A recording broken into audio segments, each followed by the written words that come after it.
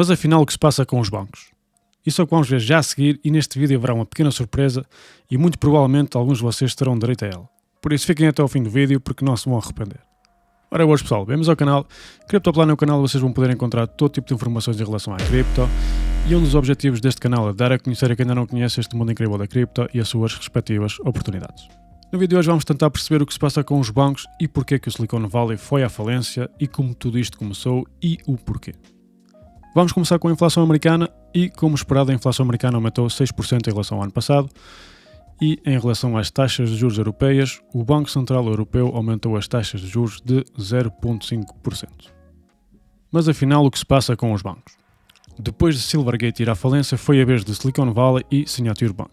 A boa notícia é que o Departamento do Tesouro Americano, a Reserva Federal Americana e o FDIC fizeram um comunicado no domingo passado, dia 12 de março, que dizia o seguinte: depois de receber a recomendação dos conselhos do FDIC, da Reserva Federal e consultar o Presidente, o secretário Yellen aprovou ações que permitem ao FDIC concluir a sua decisão do Silicon Valley, Santa Clara, Califórnia, de maneira a proteger totalmente todos os seus clientes. Os clientes terão acesso a todos os fundos a partir de segunda-feira, dia 13 de março. Nenhuma perda associada à decisão do Silicon Valley será suportada pelo contribuinte. Também estamos a anunciar uma exceção de risco sistemático semelhante para o Signature Bank de Nova York, que foi fechado hoje pela sua autoridade estatual de fretamento. Todos os clientes desta instituição serão reembolsados, tal como acontece com a decisão do Silicon Valley. Nenhuma perda será suportada pelo contribuinte. Mas afinal, o que se passou para que estes bancos fossem à falência assim tão de repente e porquê que o SDC foi assim tão impactado? E isso é o que vamos ver já a seguir. Os bancos utilizam um sistema chamado Fractional Reserve Banking, que consiste em investir uma certa percentagem dos fundos depositados pelos clientes para gerar juros. O Banco Silicon Valley não era exceção e parte desses fundos, cerca de 56%, foram investidos a longo prazo, 5, 10 anos, por exemplo, e foram esses mesmos investimentos a longo prazo que provocaram uma falta de liquidez e limitou e muito os levantamentos dos clientes. Para garantir os levantamentos, o Silicon Valley viu-se obrigado a vender esses ativos de uma forma forçada, o que resultou numa queda das cotações da bolsa e criou um movimento de pânico que aumentou ainda mais estes levantamentos repentinos dos clientes. E estamos a falar de 42 bilhões de dólares em 24 horas. Este fenómeno chama-se de bank run, que é quando os clientes se precipitam e querem retirar o máximo de caixa possível, todos ao mesmo tempo, para tentarem salvar os seus fundos. Silicon Valley era o 18º maior banco americano e geria 209 bilhões de ativos e também era o banco utilizado pelas startups americanas.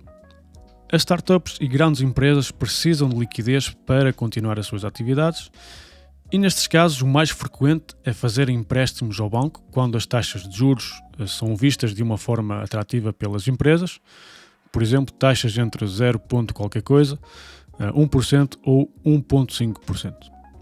O problema é que atualmente as taxas de juros estão entre 4% e 5%, o que significa que de certa forma fica mais complicado fazer empréstimos e o que acontece é que as startups vão começar a retirar os fundos que depositaram nos bancos, e neste caso no Silicon Valley, e depois acontece o que aconteceu, o banco não tinha liquidez suficiente disponível e basicamente pode ir à falência.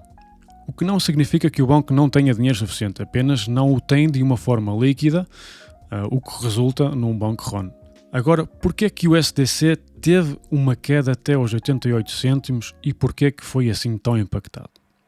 O stablecoin USDC é o stablecoin da Coinbase e da Circle. A Circle é a empresa que o emite e era cliente do Silicon Valley com 3,3 bilhões de fundos depositados neste banco, que já foram retirados com sucesso e o USDC já voltou a atingir $1. O problema é que ninguém sabia se a Circle iria poder recuperar esse dinheiro, que representava à volta de 8% das reservas da Circle.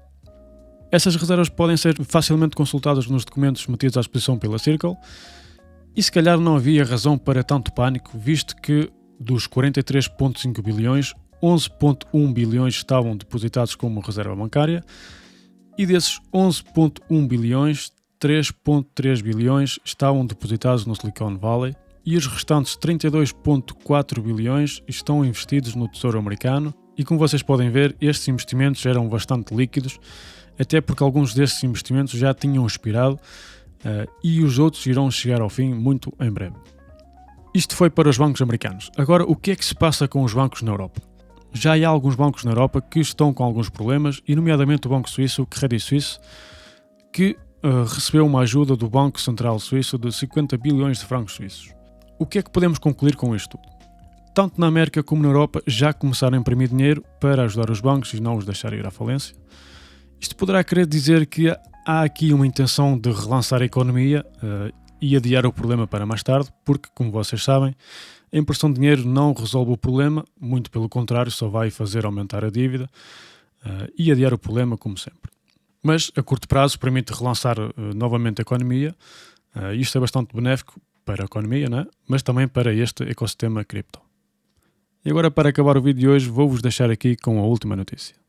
Até já.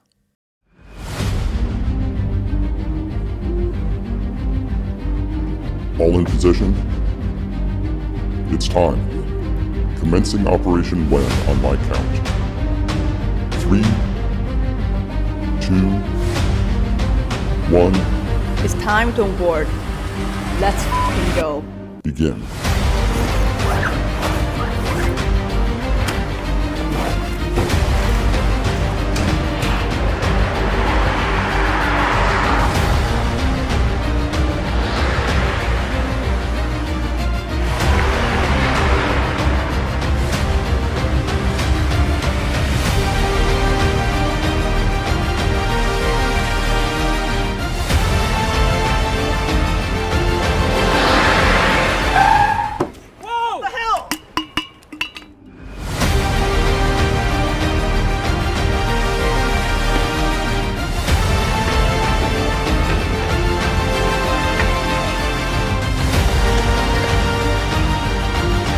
Go for Arbitrum airdrop.